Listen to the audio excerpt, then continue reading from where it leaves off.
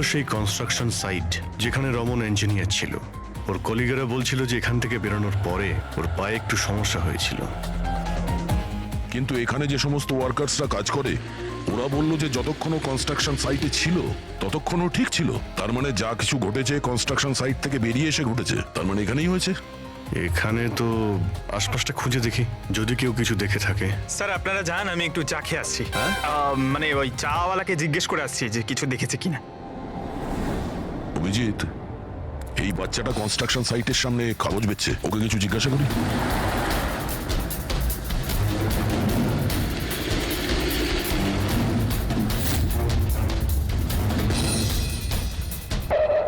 কি নাম বাবা তোমার? চুটকি। ছুটকি। আচ্ছা তুমি এটা দেখো তো, এটা এই ছবিটা ভালো করে দেখো, দেখো তো তুমি একে চিনতে পারছো কিনা। হ্যাঁ, এই লোকটা তো আমার কাছ থেকে খবর কাগজ কিন্তু 3 দিন ধরে আসছে না। তাহলে 3 দিন আগে তুমি এই আঙ্কেলকে এখানে দেখেছিলে? হ্যাঁ, একটা লোকের সঙ্গে ধাক্কা খেয়েছিল, ওনার চোটও লেগেছিল। ওই লোকটা কেমন অদ্ভুত ছিল। অদ্ভুত? অদ্ভুত মানে? আবে অন্ধ নাকি, দেখে যেতে পারিস না? অন্ধ আমি ভাই।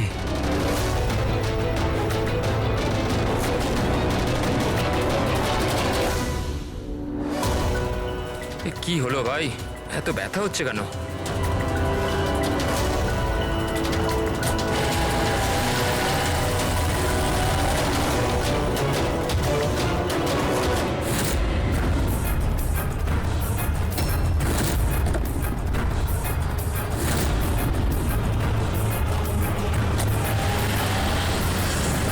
তার মানে ও অন্ধ ছিল না, ওই হামলা করেছিল রমনের ওপর।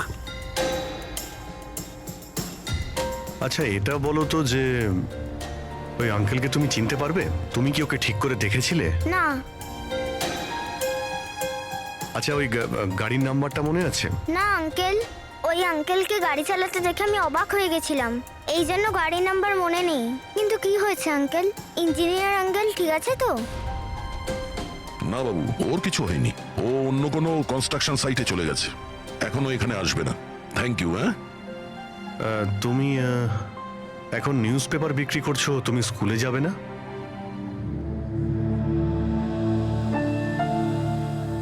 কি ব্যাপার? হ্যাঁ, স্কুল তো যাওয়া উচিত। আর তুমি তো খুবই ইন্টেলিজেন্ট মেয়ে, অ্যাকচুয়ালি প্রত্যেক বাচ্চারই স্কুলে যাওয়া উচিত, আর তোমারও যাওয়া উচিত। কিন্তু স্কুল যাওয়ার জন্য অনেক টাকা দরকার না আঙ্কেল? আমার কাছে টাকা নেই। বাবু যদি তোমার পয়সা দিতে না হয় তাহলে তুমি স্কুলে যাবে? হ্যাঁ আঙ্কেল, আমি নিশ্চয়ই যাব, আমার পড়তে খুব ভালো লাগে।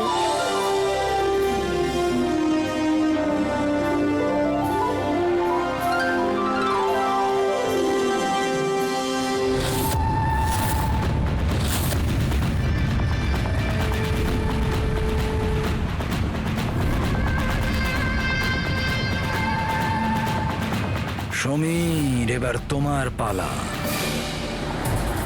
হ্যাঁ বলো। ভাই তুমি একবারে বুঝতে পারো না নাকি? দেখো আমি তোমায় আগেই বলেছি, তুমি যা খুশি করো, আমি ওই ফালতু জায়গার জন্য একটা টাকাও খরচ করব না।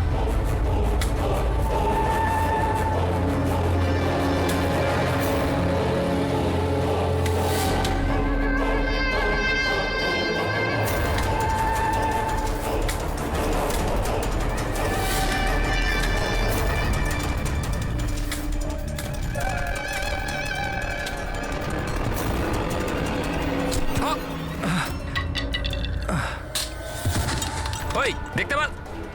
আমার আমার লাঠি। Sorry sorry sorry sorry sorry I am sorry আমার এই তো এই তো লাঠি। I am sorry, extremely sorry.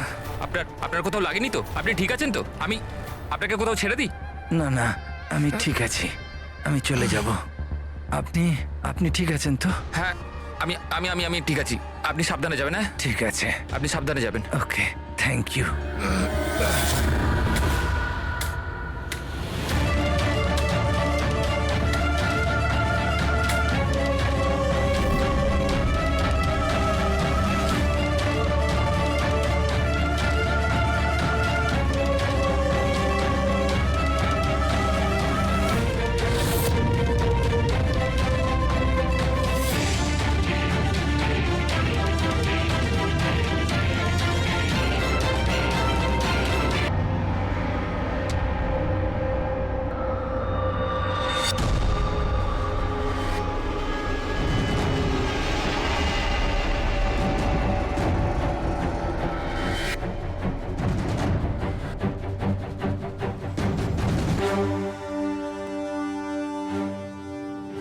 হ্যাঁ শাহরুখে, কি জানতে পারলে?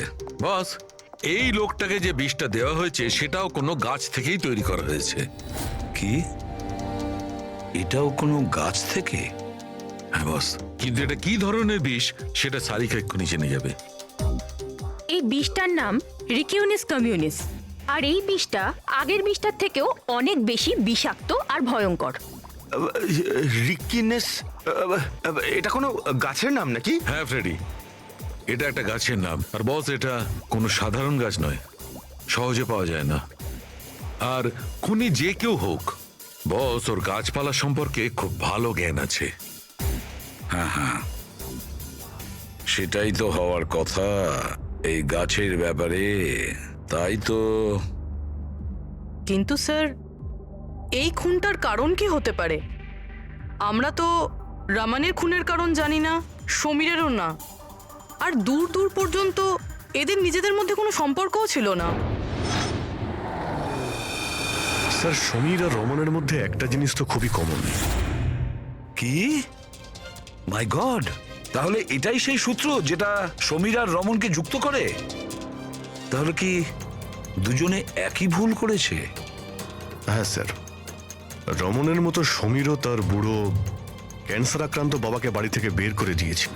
ওদের ব্যাপারে জিজ্ঞাসাবাদ করতে গিয়ে আমাদের এমন একজনের সঙ্গে আলাপ হয়, যিনি সমীরের বাবাকে খুঁজতে সাহায্য করলেন আর এই কেসটার একটা দিকও খুলে দিলেন।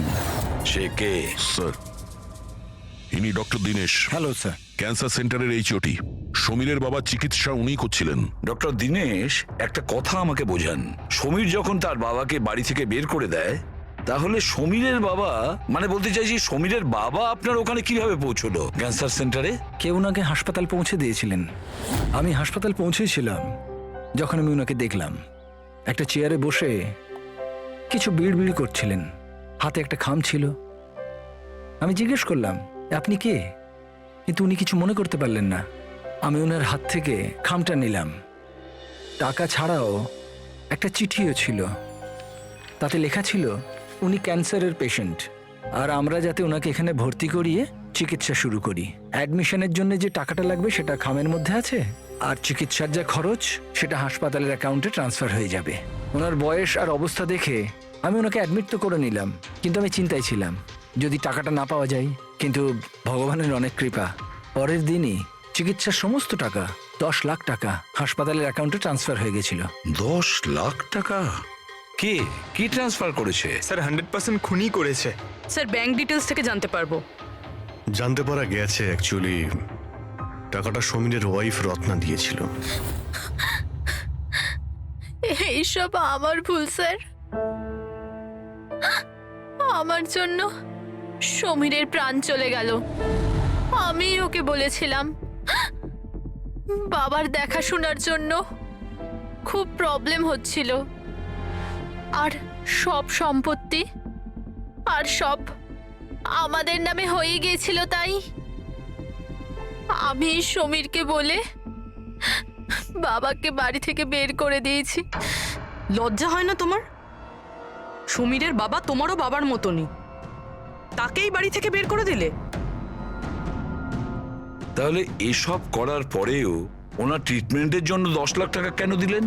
আমাকে কেউ হুমকি দিয়েছিল স্যার, যে বাবার চিকিৎসার জন্য 10 লাখ টাকা না দিলে ও সমীরকে আর আমাকে মেরে দেবে। স্যার, আমি ওনাদের 10 লাখ টাকা দিয়ে দিয়েছি, তাও ওরা সমীরকে মেরে ফেললো। আর আর এখনো বলেছে যে প্রতি মাসে বাবার চিকিৎসার জন্য 50,000 টাকা না দিলে ও আমাকেও মেরে ফেলবে। কারোর উপর সন্দেহ আছে তোমার? না। ওর ব্যাপারে কিছু মনে আছে? ওর গলার স্বর, কথা বলার ধরন?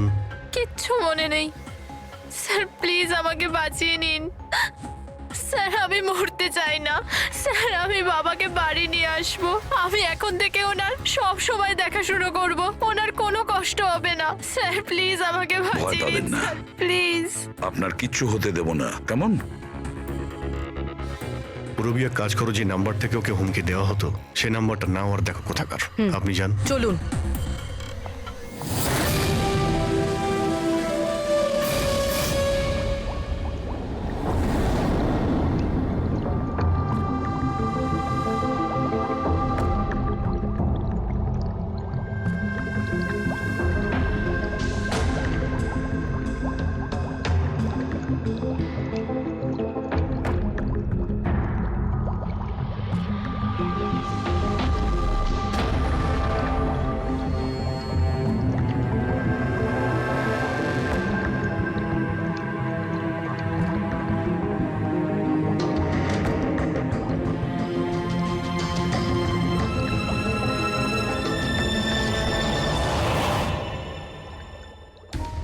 স্যার আমরা এতগুলো অ্যান্টিডোটস বানিয়েছি, কিন্তু এটার কি নিশ্চয়তা আছে যে খুনি এর মধ্যেই কোনো একটা বিষ ব্যবহার করবে?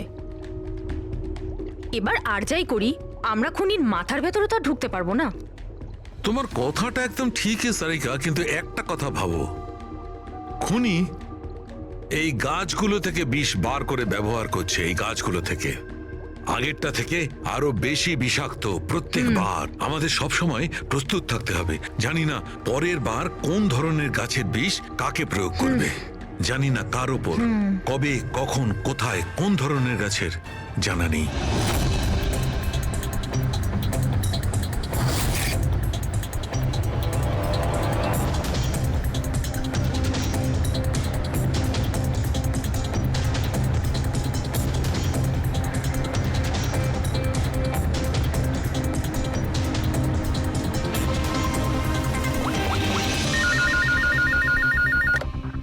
হ্যালো। হ্যাঁ হ্যাঁ পূরবী বলো। স্যার সেই ফোন বুথটা যেখান থেকে খুনি রত্নাকে খুনের হুমকি দিয়েছিল, সেটা ওই বান্দ্রা রেল স্টেশনের কাছেই। Bandra railway station? কিন্তু ওখানে তো খুব ভিড় থাকে, ওখানে নিশ্চয়ই ও অন্ধ সেজে এই কাজটা করেনি। খুবই কঠিন এটা জানতে পারা। স্যার কেউ কিছু জানে না সেটা ঠিক, কিন্তু একটা বিশেষ ব্যাপার হলো সেটা এই ফোনগুলো সকাল 11টা থেকে 12টার মধ্যে করা হয়েছে। আর রেলওয়ে স্টেশনের কাছে একটা বাস স্ট্যান্ডও আছে, যেখান থেকে পুনেতে বাস যায়। পাশেই বাস স্ট্যান্ড আছে, মানে ও ট্রেনে করে যেতে পারে আর বাসে করেও। ঠিক আছে, কোনো ব্যাপার না, দেখছি। ভাইন্দার, তার মানে খুনি মুম্বাইতেই থাকে আর শুধুমাত্র সমীরকে খুন করার জন্যই পুনে গেছিল? তাহলে পুনাও ট্রেনে করে গেছিল, কিংবা বাসে, কিংবা কোনো প্রাইভেট গাড়ি, কিংবা তার নিজের গাড়িতে। সেটাই তো স্যার, খুনি এটা জানতো যে আমরা রত্নার কাছে পৌঁছবই, আর এই কলের ব্যাপারটাও আমরা জেনে যাব। সেই জন্যই ও আমাদের বিভ্রান্ত করছে, আমাদের সঙ্গে খেলতে চাইছে। হ্যাঁ, খেলাই খেলছে। কিন্তু স্যার আমরা খুনি পর্যন্ত পৌঁছবো কি করে? আমাদের কাছে তো ওর বিরুদ্ধে কোনো ইনফরমেশনই নেই, আর আমরা এটাও জানি না যে ওর পরবর্তী শিকার কে হবে। পঙ্কজ, খুনি শিকারের কাছে পৌঁছানোর আগেই আমরা তার কাছে শিকার পৌঁছে দেব। এই ঘটনাটা আজ সকাল 10টার মুম্বাইয়ের গোরেগাঁও রেলওয়ে স্টেশনেতে একজন বয়স্ক মানুষ ট্রেনের সামনে এসে আত্মহত্যা করার চেষ্টা করছিলেন। আশপাশের লোকেরা ওনাকে বাঁচিয়ে নিয়েছেন। আসুন জেনে নেওয়া যাক কি কারণ ছিল যেটা একটা বয়স্ক মানুষকে এটা করতে বাধ্য করছিল। ছেড়ে দাও আমাকে, কেন আমাকে ধরে রেখে দিয়েছো? ছেড়ে দাও আমাকে, আমি বাঁচতে চাই না। কি করব আমি বেঁচে থেকে? কিন্তু আপনার সাথে কি হয়েছে? আপনি কেন আত্মহত্যা করতে চাইছিলেন? কি হয়েছে? আমার সঙ্গে কি হয়েছে? আমাকে আমাকে আমার একমাত্র ছেলে বাড়ি থেকে বার করে দিয়েছে ধাক্কা মেরে। আমি আমার ছেলেকে এত আদর যত্নে বড় করলাম, আর ও আমাকে ধাক্কা মেরে বাড়ি থেকে বার করে দিল। এটা তো খুবই দুঃখের কথা। এ কি অবস্থা আমাদের আজকালকার সমাজের। আপনার ছেলে কি করেন? কাজ? কি কাজ করে? স্কুলে যায়। টিচার বুঝি? না, পড়াশোনা করে, স্কুলে পড়াশোনা করে। এখন 8 বছর বয়স। হ্যাঁ, কি বললেন আপনি? কি বললাম আমি? আপনার ছেলের কত বয়স হলো? কত বছর বয়স? আপনি যে বললেন 8 বছর বয়স। আমার ছেলে 8 বছর বয়স মাত্র আমাকে ঘর থেকে বার করে দিল, আমি মরেই যাব। আপনারা শুনতেই পেলেন, ইনি দাবি করছেন যে এনার 8 বছরের ছেলে নাকি বাড়ি থেকে বের করে দিয়েছে। কি এমন ঘটেছিল? কে এই 8 বছরের বাচ্চা? রেল লাইনে মাথা দিচ্ছিলেন যে বয়স্ক মানুষ, তার 8 বছরের ছেলের খোঁজ আমরা পেয়ে গেছি। আসলে তিনি একজন 33 বছরের সফটওয়্যার ইঞ্জিনিয়ার। বয়স্ক মানুষটির মস্তিষ্কের সমস্যা থাকার জন্য উনি এখনো ছেলেকে 8 বছরেরই ভাবেন। উনার ছেলে আমেরিকায় থাকেন, আর সে উনাকে বাড়ির বাইরে বার করে দিয়েছেন, আর তারপরেই বয়স্ক মানুষটি আত্মহত্যা করার চেষ্টা করেন। আসুন আসুন উনার ছেলেকে জিজ্ঞেস করি উনি এটা কেন করলেন। স্যার এক মিনিট। স্যার একটা প্রশ্ন ছিল। স্যার এটা কি সত্যি খবর যে আপনি আপনার বাবাকে বাড়ি থেকে বার করে দিয়েছিলেন? হ্যাঁ, এটা সত্যি। স্যার আপনি এটা কেন করলেন? আপনার কি এটা একদম খারাপ লাগলো না? হ্যাঁ, বার করেছি আমি, আর খারাপও লাগেনি। আপনি চেনেন ওনাকে? আপনি কখনো সহ্য করেছেন? ওনার অ্যালজাইমার আছে, ওনাকে সামলাতে সামলাতে পাগল হয়ে যাচ্ছি আমি। আমার একটা নিজস্ব জীবন আছে, আমার ওয়াইফ আছে, বাচ্চা আছে, কি করব আমি? আরে কতদিন ধরে টাকা খরচা করে ওনার ট্রিটমেন্ট করাবো আমি, আর কিচ্ছু নেই আমার কাছে, কি করে ট্রিটমেন্ট করাবো ওনার আমি? আরে আমাদের পেছন ছাড়ো তুমি, এখান থেকে দূরে কোথাও চলে যাও, বিরক্ত হয়ে গেছে আমি তোমার থেকে। এই নাটক দেখার জন্য এখানে দাঁড় করিয়ে রেখেছো, এবার আনন্দ পেয়েছো তো, চলে যাও এখান থেকে। Sir sir sir sir sir sir, আপনিও তো কখনো ছোট ছিলেন। ইনি আপনাকে পড়াশোনা শিখে বড় করলেন, আপনাকে মানুষ করলেন, আর আপনি ওনাকে বাড়ির বাইরে বার করে দিলেন। ভালোবাসা উতলে পড়ছে? হ্যাঁ, যা যা তুলে নিয়ে যা, যা। মাথা খারাপ করো না আমার, তোমার যা করা ছিল তুমি করে নিয়েছো এখানে ডেকে আমাকে। শান্তি পেয়েছো তো, টাকা কামিয়েছো, যাও এখান থেকে। তাহলে দেখলেন আপনারা কিভাবে একজন ছেলে তার বাবাকে বাড়ির বাইরে বার করে দিলেন। এবার এই বয়স্ক মানুষটি কোথায় যাবেন, কার ভরসায় বাঁচবেন? ইনি এনার সারা জীবনের পুঁজি ছেলের ওপর খরচ করেছেন, আর সেই ছেলেই আজকে এনাকে বাড়ির বাইরে বার করে দিয়েছে।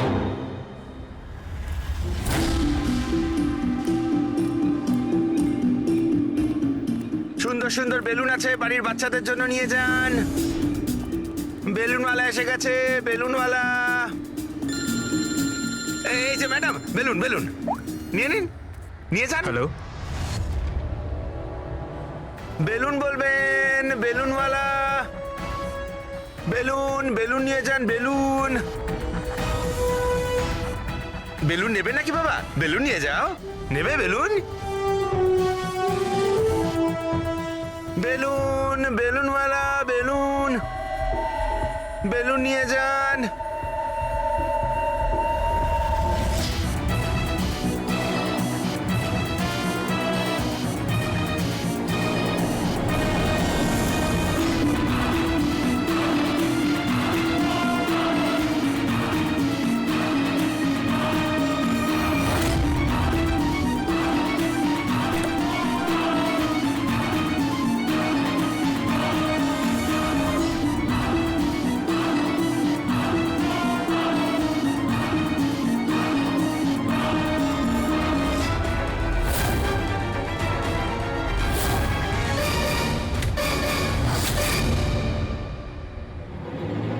স্যার, স্যার, একজন অন্ধ বিল্ডিং এর দিকে আসছে।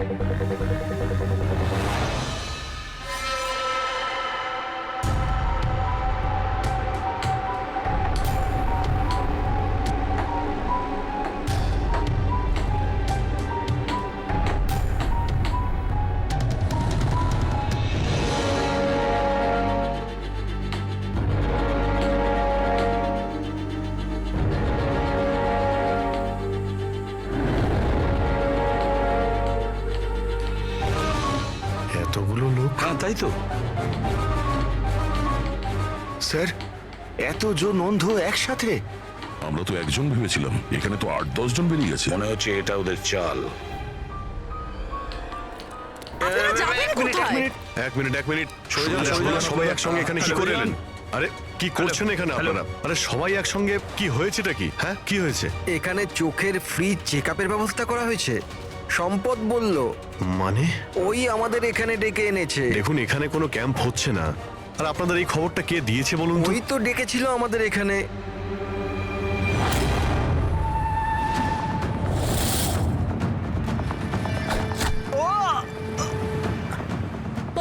পঙ্কজ! পঙ্কজ! পঙ্কজ! পঙ্কজ! কি হলো? আরে ওই তো, ধরো ওকে! চলো পঙ্কজ!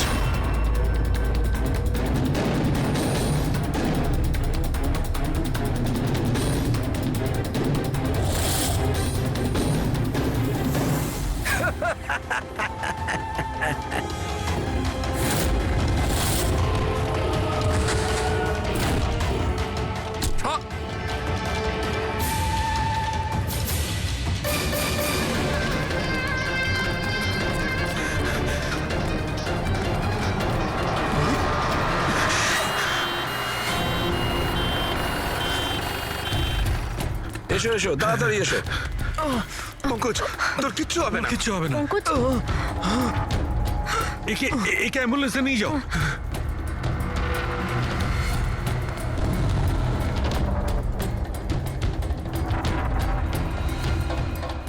পঙ্কজ পঙ্কজ তোর কিচ্ছু হবে না। পঙ্কজ সারিকা এ নাও, বিষটা জানার চেষ্টা করো। বিষের সন্ধান না পাওয়া গেলে আমরা অ্যান্টিডোট দিতে পারবো না। পঙ্কজ Fast, আমাদের fast. কথা শুনতে পাচ্ছ? ও শুনতে পাচ্ছে না, ওকে ঘুমোতে দিও না। আই উইশ আমাদের কাছে অ্যান্টিডোজটা আছে, না হলে ওকে আমাদের হসপিটালে নিয়ে যেতে হবে।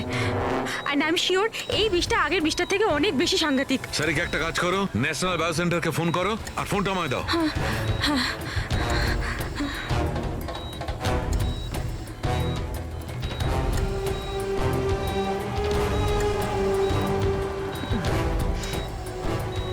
Pankaj don't worry Pankaj.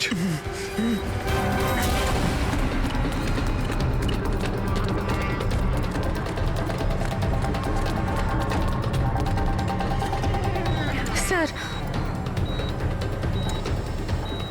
O my god, এটা হতে পারে না। বস, ওর তো বিষটাই পাল্টে দিয়েছে। কিন্তু স্যার আমাদের কাছে এতগুলো অ্যান্টিডোটস আছে, একটা তো অন্তত কাজ করবে। কোনো কাজ করবে না বস, এটা গাছের বিষই নয়, ও বিষটা পাল্টে দিয়েছে। এবার কি হবে সালুকে? কিছু একটা করো। পঙ্কজ পঙ্কজ কিপ ব্রিদিং, সব ঠিক হয়ে যাবে। হ্যাঁ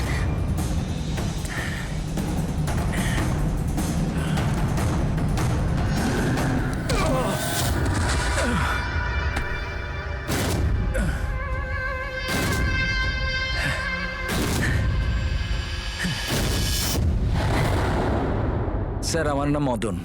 এসব তুমি করেছো? কেন আমার পেছনে পড়ে আছো? আমি যেটা করেছি ঠিক করেছি। তুমি বলছো এগুলো করে ঠিক করেছো?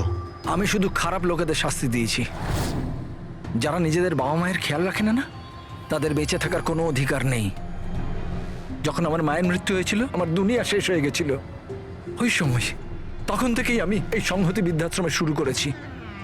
স্যার ওখানে যত বয়স্ক বাবা মা আসেন না, সব তাদের সন্তানের কাছে অত্যাচারিত। এটা দেখে আমার মাথায় রক্ত উঠে যায়। আমি সেই সময় সিদ্ধান্ত নিই যে এই সবগুলোকে আমি শাস্তি দেব। সেই জন্য এদের মেরে দিই। আমি কি ভুল করেছি? আমি কিছু করুন স্যার, কিছু করুন স্যার। কিচ্ছু করতে পারবো না যতক্ষণ না ওই বিষটা কম্পোজিশন জানতে পারছি। ফ্রেডি, আমরা কিচ্ছু করতে পারবো না। যদি ভুল অ্যান্টিডোট দেওয়া হয় তাহলে আরো বেশি ক্ষতি হবে ভাই। স্যার স্যার পঙ্কজের অবস্থা তো খারাপ হচ্ছে আরো। স্যার পালস পড়ে যাচ্ছে, হসপিটাল নিয়ে যেতে হবে হসপিটালে স্যার। কিচ্ছু হবে না, আমাদের হাতে অত সময় নেই টেস্ট করার মতো। যতক্ষণ না এই বিষটার অ্যান্টিডোট পাচ্ছি। পঙ্কজ হ্যালো। হ্যাঁ স্যার, হ্যাঁ স্যার ধরা পড়েছে। স্যার খুনি মদন। হ্যাঁ বিষ, হ্যাঁ আমি জানছি স্যার। কখনো জানতে পারবে না তোমরা, কখনো জানতে পারবে না তোমরা। ওরা শাস্তি পাবে, ওরা শাস্তি পাবে। ও নো! মদন! মদন মদন তাড়াতাড়ি অ্যাম্বুলেন্স দেখো, তাড়াতাড়ি! না স্যার, কোনো লাভ নেই।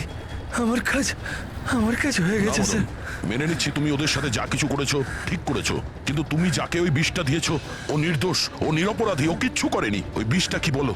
হ্যাঁ BTX স্যার, ওই বিষটার নাম BTX স্যার। সালুকে ওই বিষের নাম হলো BTX। ঠিক আছে। পঙ্কজ কিছু হবে না। নার্ভাস হয়েও না, কিছু হবে না। দেখো কিছু হবে না। ওকে চোখ বুঝতে দেবে না। মদন! ব্যাস হয়ে গেছে, হয়ে গেছে। You will be alright. আর পঙ্কজের কিচ্ছু হবে না, কিচ্ছু হবে না। Welcome my boy. ভয় পেও না, কোনো ক্ষতি হবে না তোমার। তুমি মানুষ হিসেবে সত্যি ভালো ছিলে, কিন্তু যা করেছো তা খুবই খারাপ। এই তো চলে গেল অভিজিৎ, কিন্তু যাই হোক এর ওই বৃদ্ধাশ্রমটাকে বন্ধ হতে দেব না।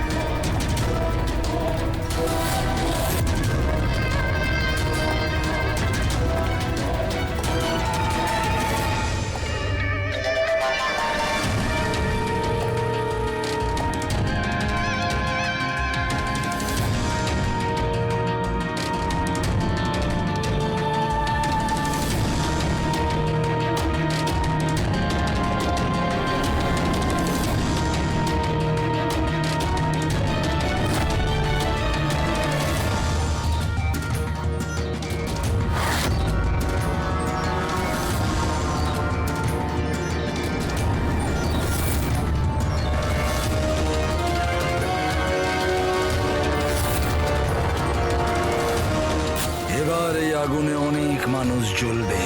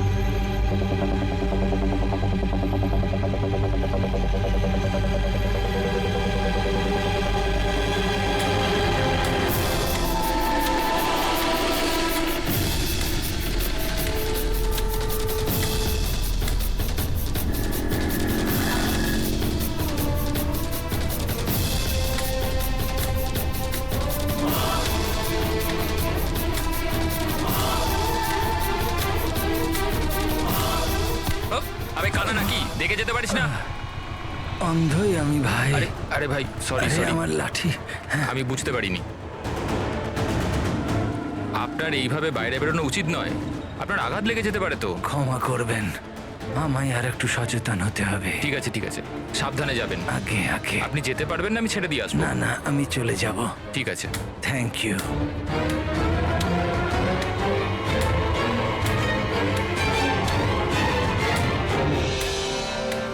কি হলো রে বাবা, এ ব্যথা করছে কেন?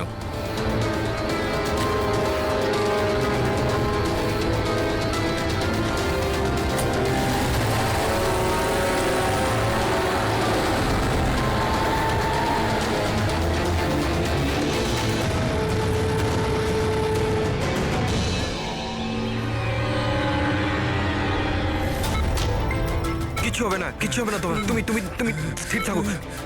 পা ধরো, পা ধরো। Doctor injection, fast, quick. Doctor injection দাও তাড়াতাড়ি।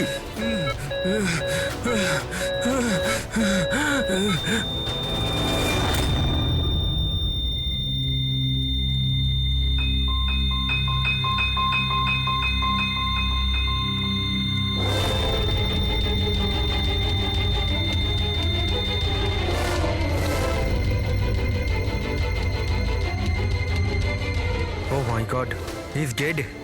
আর এনার মৃত্যু ন্যাচারালও নয়। এবার কি? আমি জানি প্রিয়া, ইটস এ মার্ডার। আমি ডক্টর সালুখেকে এই কেসের ব্যাপারে সব কিছু বলে দিয়েছিলাম। এতক্ষণও তো উনি ফাইন্ড আউট করেই নিয়েছেন যে রমেনের মৃত্যুর প্রকৃত কারণ কি। বিষ? রমনের মৃত্যু বিষক্রিয়ায় হয়েছে? হ্যাঁ বস, খুব মারাত্মক বিষ। প্রথমে এটা মানুষের মস্তিষ্কে প্রভাব বিস্তার করে। প্রথমে ডিলেরিয়াম, ফটোফোবিয়া, অ্যামিনেশন। তারপরে ওই বিষটা অন্য অঙ্গ প্রত্যঙ্গে প্রভাব বিস্তার করে। বাকি অঙ্গ প্রত্যঙ্গ ধীরে ধীরে কাজ করা বন্ধ করে দেয় আর মানুষের মৃত্যু হয়। ডক্টর সালুখে, এটার কোনো অ্যান্টিডোট হবে নিশ্চয়ই? সব বিষেরই অ্যান্টিডোট হয় ফ্রেডি, কিন্তু সেই জন্যে আমাদের ওই বিষের ব্যাপারে সবকিছু জানা প্রয়োজন। আর বস, এই বিষ খুব সহজে ধরা যায় না। আমাকেও অনেক ধরনের টেস্ট করতে হয়েছে ওই বিষটা আইডেন্টিফাই করতে। স্যার, বীজ দিয়ে মারা আলাদা কথা, কিন্তু এমন বীজ দেওয়া যাতে এইভাবে ছটফট করতে করতে মরবে, এটা কিরকম চমকে যাওয়ার মতো কথা না স্যার? সে যেই হোক এতটাই ঘৃণা করত রমনকে যে ও ওকে এরকম সাংঘাতিকভাবে মেরে ফেললো। বুঝে উঠতে পারছি না কে হতে পারে, কে হতে পারে। যে কেউ হতে পারে স্যার। স্যার ওই রমেনের জুয়োর নেশা ছিল, ক্রিকেট, রেসকোর্ট, সাট্টা, সব রকমের জুয়া। আর এইসবের চক্করে ওর 5 কোটি টাকার ধার হয়ে গিয়েছিল। 5 কোটি? 5 কোটি? হ্যাঁ স্যার, ওর কাছে হুমকি ভরা মেসেজ এসেছিল। ওর ফোন রেকর্ডে এরকম প্রচুর মেসেজ রয়েছে যেগুলো ওকে বুকিজ আর সাট্টার লোকেরা পাঠিয়েছিল। এই দেখুন। স্যার হতে পারে যে এদের মধ্যেই কারুর হুমকি সত্যি হয়ে গেছে হয়তো। বুঝতে পারছি না, কিন্তু যেভাবে মেরেছে স্যার মনে তো হচ্ছে না কোনো বুকির কাজ এটা। যাই হোক, এদের ডাকতে তো হবেই, দেখা যাক কিছু পাওয়া যায় কিনা। Hello ACP Pradyuman. আচ্ছা, ঠিক আছে।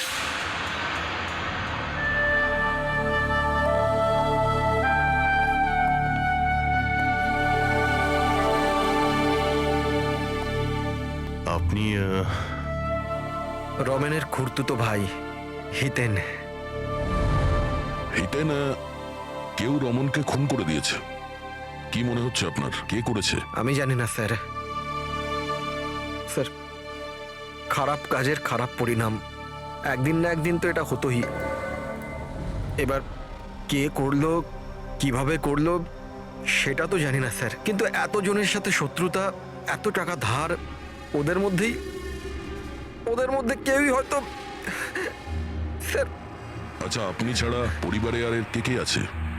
মা আছে ওর, কিন্তু এখন উনি কোথায় আছেন সেটা আমি জানি না। আচ্ছা ঠিক আছে, আমাদের ইনভেস্টিগেশন এখনো চলছে, তো বডিটা এখন আমাদের কাছেই থাকবে। আপনি আপনার নাম্বারটা ওখানে লিখিয়ে দিয়ে যান, প্রয়োজন পড়লে আপনাকে কল করে নেব। ঠিক আছে স্যার। Thank you.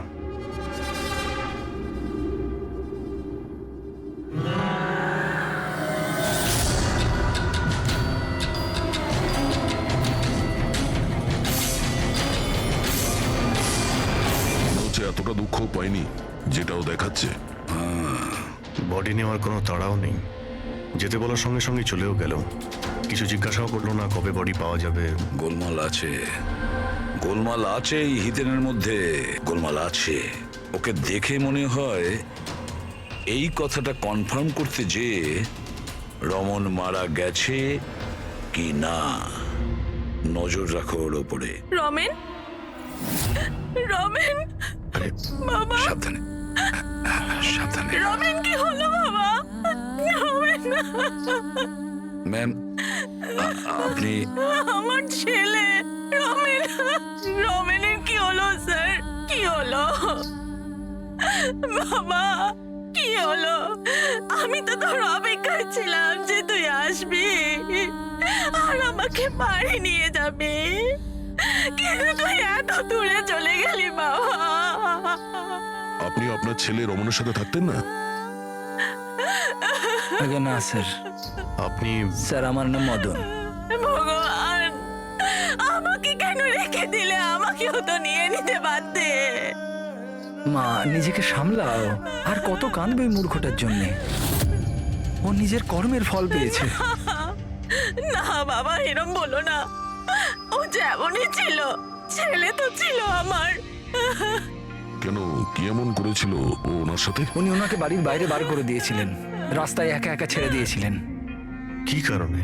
বলেছিল মা, অনেক দিন হয়ে গেছে, বাড়ি বিক্রি করতে হবে, আর আমার খরচ চালানোর মতনও ক্ষমতা ছিল না, এই জন্য আমাকে ছেড়ে দিয়েছিল।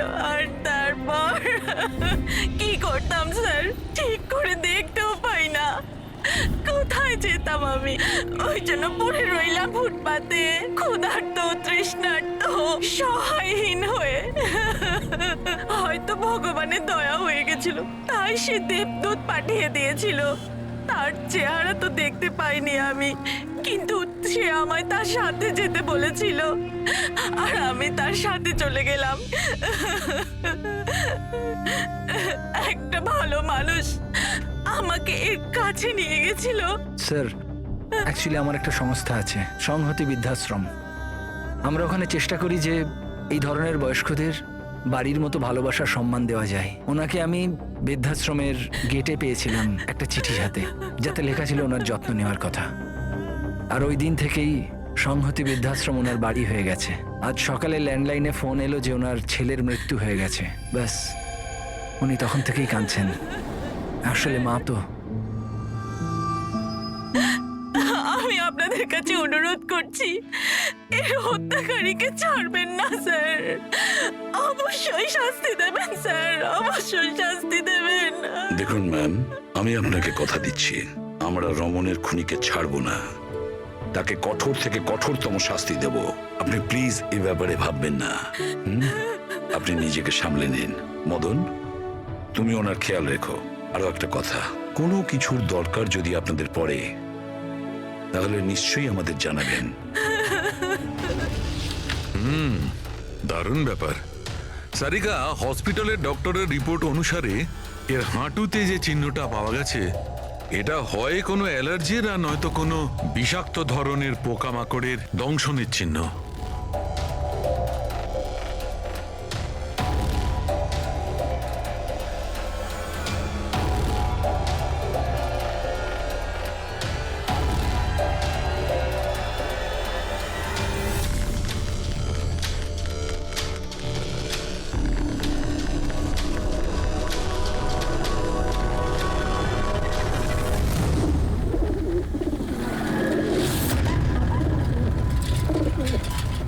স্যার, এই হিতেনের হাবভাব কিন্তু ভালো ঠেকছে না। এমন এমন সব লোকজনের সঙ্গে ওর পরিচয় আছে যে ওকে সন্দেহ করাটা স্বাভাবিক। আরও একটা কথা স্যার, কয়েকদিন আগে এই রামানোকে বাড়ি থেকে বের করে দিয়েছিল, আর এখন রামানের মৃত্যুর মিনিট, এদিকে আসবেন প্লিজ। স্যার, আমিও স্ক্রিনে না কিছু অদ্ভুত জিনিস দেখছি।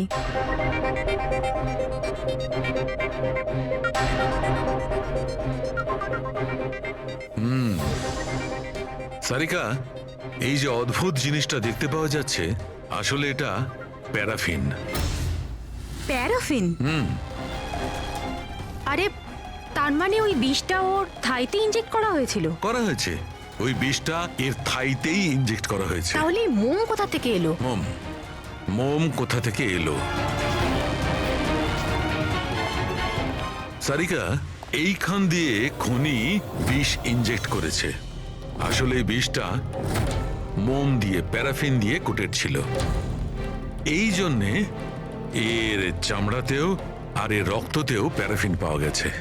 কারণ খুনি চায়নি যে এই বিষটাও শরীরে গিয়ে খুব শিগগিরই কাজ শুরু করুক, সেই জন্য ও এটাকে কোট করে দিয়েছে।